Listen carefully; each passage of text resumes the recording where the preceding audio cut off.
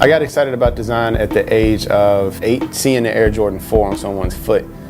It changed my world, because that was the first time I'm like, what is that? That is ridiculously cool. And it was just this quiet confidence. It wasn't yelling for attention. It wasn't screaming for differentiation. It just simply stood for what it stood for. It stood for Air Jordan. It was just his product. He was a superhero. When they asked me what I wanted to do, I said I wanted to design footwear. They had never heard that response, and they told me that it was literally almost impossible for me to get there. That's when I just decided, like, I want to do that. Hi, I'm Jason Mayden, and I'm very excited to be honored at Oakland Digital's Inspiration Awards. If you care about simplicity, and you care about elegance, and you care about the progression of humanity, you should care about design, because we're servants of humanity, and it's our job to improve society. My interest to pursue stuff that was passionate and meaningful to me, and then my desire to be relentless in my pursuit kind of led me towards my internship at Nike. Creativity was my jump shot. It was my way out.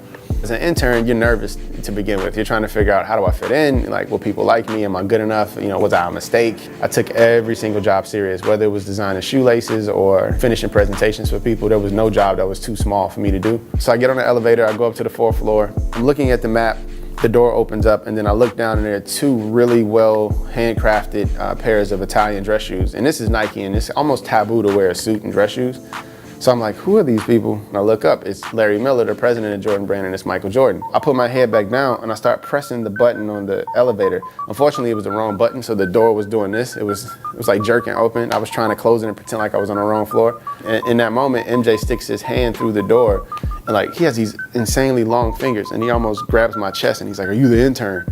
So I freak out. I'm like, yes, sir, I'm the intern. And then I stand there for like an hour just pouring my heart out. You know, clearly I was delaying him from getting on the elevator, so eventually he grabs my shoulders and rotates me and moves me out the way and gets on the elevator.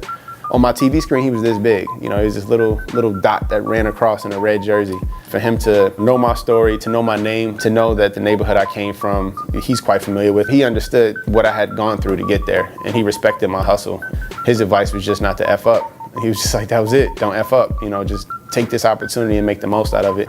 So I feel tremendously blessed that they gave me that opportunity, because it literally is the catalyst for why I'm doing what I'm doing today. Oakland, well, I love it because it reminds me of where I grew up, which is the south side of Chicago.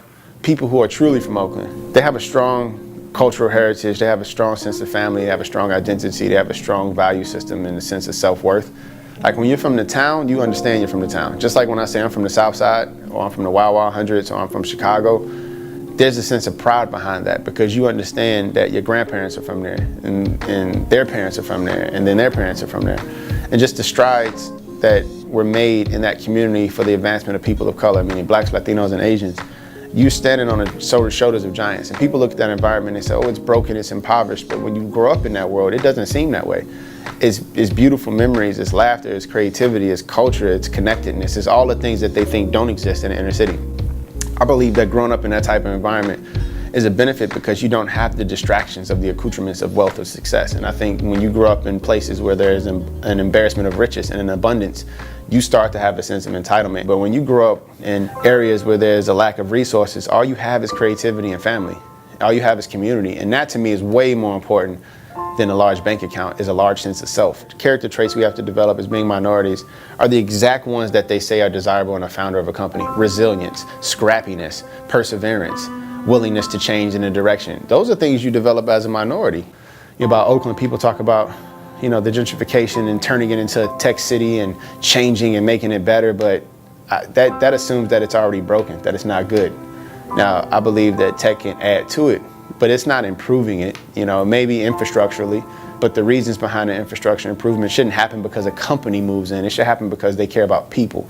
I hope to inspire the next generation to be, you know, passionately involved in building businesses that help the generation after them.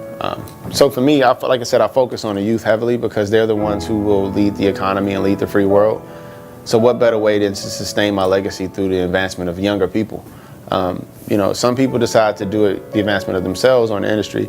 I just focus on what are the various ways that I can encourage and inspire people. Because there may be that one kid out there that's deciding to give up on his or her goal, and that goal can change the face of humanity. That person can be the kid that grows up to cure cancer or cure AIDS, or, you know, run for public office and make a huge difference. Like, you never know what your influence and what your presence could do for someone down the line. But by making myself available to the youth, I'm at least trying to plant as many seeds of inspiration and hope as possible, and try to water it through mentorship and advocacy, so that that one kid, no matter where he or she lives, no matter what country, what socioeconomic status, can grow up and fulfill their God-given purpose and journey. Because sometimes it's not our job to be the receiver of the blessing. Sometimes it's our job to be the catalyst. And I think my role in this life is to be a catalyst for other people's blessings.